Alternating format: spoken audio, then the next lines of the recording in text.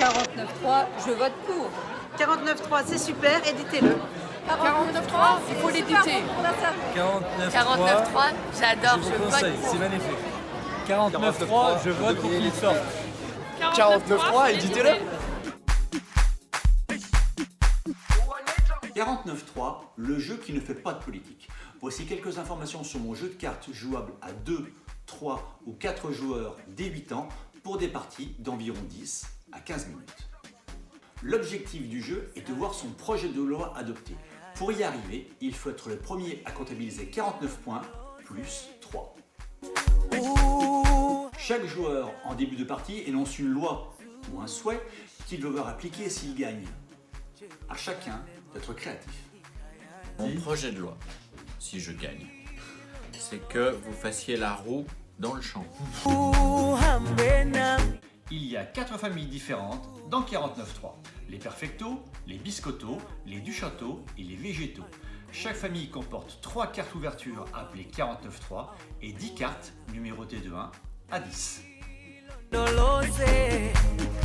À partir d'une triple pioche alimentée par chaque joueur à tour de rôle, chacun tente d'additionner le plus rapidement possible 49 points. Pour commencer à comptabiliser un score, il faut avoir posé au préalable une ou des cartes 49.3 à la couleur des points à poser. Ici par exemple, une carte 49.3 végétaux. Dès qu'il a réussi à poser 49 points, le joueur déclare « J'engage la responsabilité de mon gouvernement ». Pour gagner, il faut à un prochain tour de jeu poser 3 points dans sa ou ses couleurs de jeu. Il déclare « Projet de loi adopté ». Et le jeu s'arrête, à lui de faire appliquer sa loi. Le principe est qu'à chaque tour de jeu, le joueur tire une carte de la triple pioche découverte ou révèle 3 nouvelles pioches et se saisit ou non d'une carte de son choix.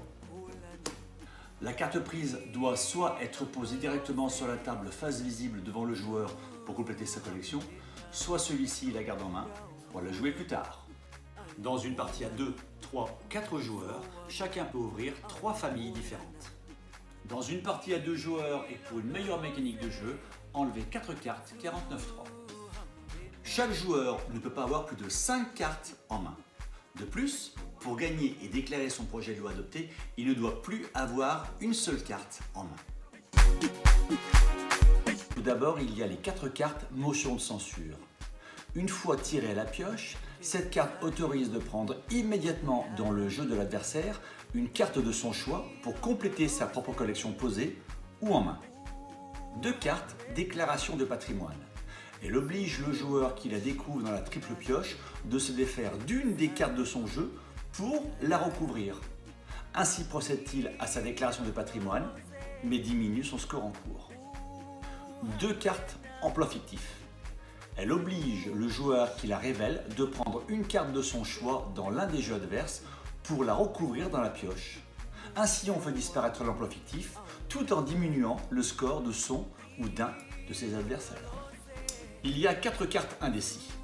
Elle permet au joueur qui la tire de compléter son jeu jusqu'à 10 points en fonction de son score pour atteindre 49 points. Elle ne peut être utilisée que si le joueur dispose d'au moins 39 points dans son jeu. 2 cartes cumulent des mandats. Elle permet de s'offrir l'option de tirer 2 cartes visibles sur les 3 de la triple pioche au lieu d'une seule. Elle ne peut pas se jouer quand on la prend dans la pioche, mais à partir du tour de jeu suivant. Des subtilités de jeu existent, mais je ne pouvais pas toutes les expliquer dans cette rapide vidéo de présentation. Elles sont par contre bien détaillées dans la règle du jeu en version papier. Alors, on la joue quand cette partie de 49.3 ?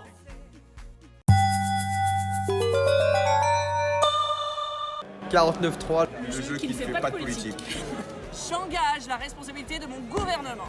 Merci.